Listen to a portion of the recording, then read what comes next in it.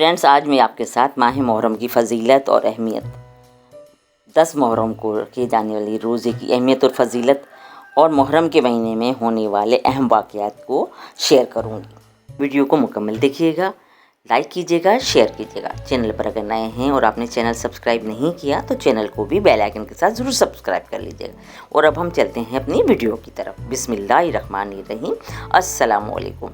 محرم الحرام نئے اسلامی یا ہجری سال کا پہلا مہینہ۔ تمام کے تمام دن اور مہینے اللہ سبحانہ تعالیٰ کے حکم سے پیدا کیے گئے ہیں، مگر کچھ خاص دنوں اور مہینوں کو اللہ سبحانہ تعالیٰ نے فضیلت سے نوازا ہے۔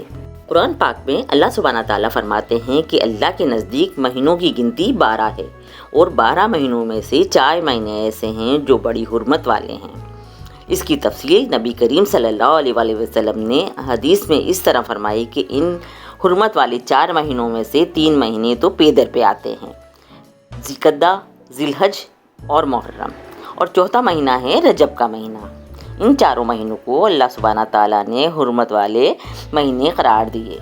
اگرچہ رمضان المبارک کا مہینہ ان سب سے افضل ہے، لیکن ان 4 مہینوں کا ذکر اللہ سبحانہ تعالیٰ نے خاص طور پر اس لیے فرمایا کہ ان 4 مہینوں کی حرمت حضرت ابراہیم علیہ السلام کے وقت سے جا ملتی ہے، اور عرب کے لوگ اپنی بت پرستی کے باوجود حضرت ابراہیم علیہ السلام کو مانتے تھے، اگرچہ وہ ان کی تعلیمات کو بھول چکے تھے۔ یعنی زمانہ جاہلیت میں بھی ان 4 مہینوں کی حرمت کو مانا جاتا تھا۔ رمضان المبارک کی فضیلت ہمارے پیارے نبی کریم صلی اللہ علیہ وسلم کے وقت سے ظاہر ہوتی ہے، مگر ان 4 مہینوں کی حرمت حضرت ابراہیم علیہ السلام کے دور سے ہی چلی آ رہی ہے۔ اور محرم الحرام کے مہینے میں جنگ و جدل، قتال، لڑائی جھگڑا سب منع ہے، اسی لیے اسے محرم الحرام کہا جاتا ہے۔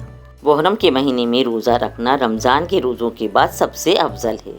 خاص طور پر 10 محرم عاشورہ کے دن کے لیے نبی کریم صلی اللہ علیہ وآلہ وسلم نے فرمایا کہ 10 محرم کا روزہ پچھلے 1 سال کے گناہوں کا کفارہ ہے، یعنی 10 محرم کا روزہ رکھنے کا ثواب 1 سال کے روزے رکھنے کے برابر ہے۔ جب نبی کریم صلی اللہ علیہ وآلہ وسلم مکہ مکرمہ سے ہجرت فرما کر مدینہ منورہ تشریف لائے تو دیکھا کہ مدینے کے یہودی 10 محرم کا روزہ رکھتے ہیں، اور پوچھنے پر انہوں نے بتایا کہ اس دن حضرت موسیٰ علیہ السلام اور ان کی قوم بنی اسرائیل کو اللہ کے حکم سے فرعون سے نجات ملی تھی، اس لیے ہم اس دن کا روزہ رکھتے ہیں۔ تو آپ صلی اللہ علیہ وسلم نے جب یہ سنا تو فرمایا، حضرت موسیٰ علیہ السلام کی تعلیمات کے زیادہ نزدیک تو ہم ہیں، تو ہم بھی اس دن کا روزہ رکھیں گے۔ تو آپ صلی اللہ علیہ وآلہ وسلم نے خود بھی روزہ رکھا اور صحابہ اکرام نے بھی روزہ رکھا، اور نبی کریم صلی اللہ علیہ وآلہ وسلم نے یہ بھی فرمایا کہ مجھے اللہ سبحانہ تعالیٰ سے امید ہے کہ اس دن کے روزہ رکھنے والوں کے 1 سال تک کے گناہ معاف کر دیے جائیں گے۔ نبی کریم صلی اللہ علیہ وآلہ وسلم نے یہ بھی فرمایا کہ یہودیوں سے مشابہت نہ ہو، اس لیے 10 محرم کے ساتھ ایک اور روزہ یا 9 محرم کا یا 11 محرم کا اس 10 محرم کے روزے کے ساتھ ملا کر رکھیں، تاکہ یہودیوں سے مشابہت نہ ہو، یعنی کہ صرف 10 محرم کا روزہ نہیں رکھا جائے بلکہ اس کے ساتھ ایک اور روزہ 9 محرم کا یا 11 محرم کا اپنی سہولت سے رکھا جائے، تاکہ یہودیوں سے مشابہت نہ ہو۔ اس سے پتہ چلتا ہے کہ نبی کریم صلی اللہ علیہ وآلہ وسلم کو غیر مسلموں سے مشابہت ناگوار گزرتی تھی، جبکہ یہ مشابہت کسی برائی میں نہیں بلکہ عبادت میں ہو رہی تھی۔ تو اندازہ کریں اگر کسی بدی اور برائی میں یہ مشابہت ہوتی تو ہمارے پیارے نبی کریم صلی اللہ علیہ وسلم کو کتنا ناگوار ہوتا۔ محرم کے مہینے کی اسلامی تاریخ میں بہت اہمیت ہے اور بہت فضیلت والا مہینہ ہے۔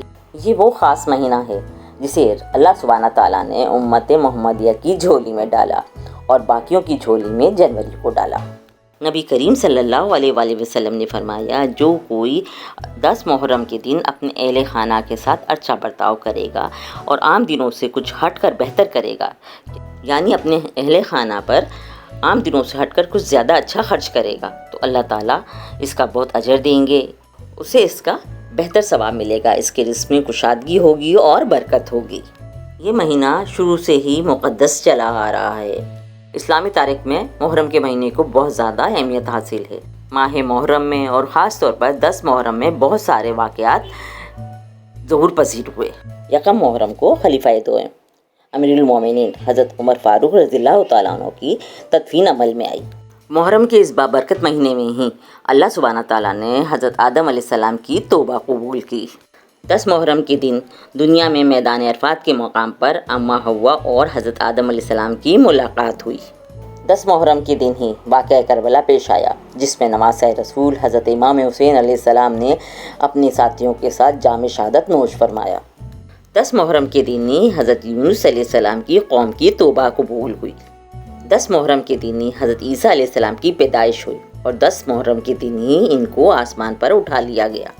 10 محرم کے دن ہی حضرت ابراہیم علیہ السلام پیدا ہوئے اور 10 محرم کے دن ہی حضرت ابراہیم علیہ السلام کو نمرود کی آگ سے نجات ملی۔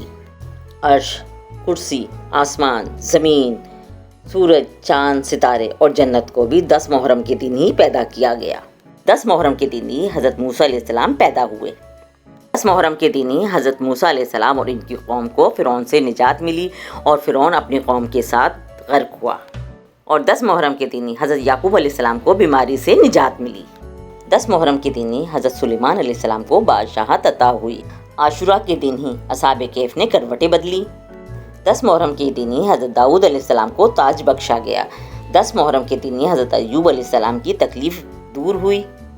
10 محرم کے دن ہی حضرت نوح علیہ السلام کی کشتی جودی نامی پہاڑ پر ٹھہری۔ 10 محرم کے دن ہی حضرت ادریس علیہ السلام کو مقام بلند کی طرف اٹھا لیا گیا۔ 10 محرم کے دن ہی حضرت ابراہیم علیہ السلام کو خلیل اللہ کا منصب عطا ہوا اور 10 محرم کے دن ہی قیامت قائم ہوگی۔ امید کرتی ہوں کہ انشاءاللہ آپ کو آج کی ویڈیو بہت پسند آئی ہوگی۔ فرینڈس، اگر آپ کو میری آج کی ویڈیو اور یہ چھوٹی سی کوشش ذرا سی بھی پسند آئی تو ویڈیو کو لائک اور شیئر کیجیے گا۔ چینل پر اگر نئے ہیں اور آپ نے اب تک چینل کو سبسکرائب نہیں کیا ہے تو چینل کو بھی ضرور سبسکرائب کر لیجیے گا، ساتھ ہی بیل آئکن پر بھی کلک کر لیجیے گا تاکہ ہر آنے والی نئی ویڈیو کا نوٹیفیکیشن آپ کو بر وقت ملتا رہے اور کوئی بھی ویڈیو آپ کی مس نہ ہو۔ کمنٹس باکس میں اپنا فیڈ بیک دینا بالکل مت بھولیے گا۔ دعا کرتی ہوں کہ ہم سب کو اللہ سبحانہ تعالیٰ نبی کریم صلی اللہ علیہ وسلم کے نقش قدم پر چلنے کی توفیق عطا فرمائے اور ہمیں اللہ تعالیٰ کی رضا اور عطا حاصل ہو۔ آمین ثم آمین۔ مجھے دیجیے اب اجازت۔ اپنا، اپنے پیاروں کا اور اپنے چاہنے والوں کا بہت خیال رکھیے گا۔ مجھے، میری فیملی کو اور میری کنٹری کو اپنی دعاؤں میں شامل رکھیے گا۔ پھر ملیں گے انشاءاللہ ایک اور اچھی ویڈیو کے ساتھ۔ تب تک کے لیے تھینک یو فار واچنگ۔ اللہ حافظ۔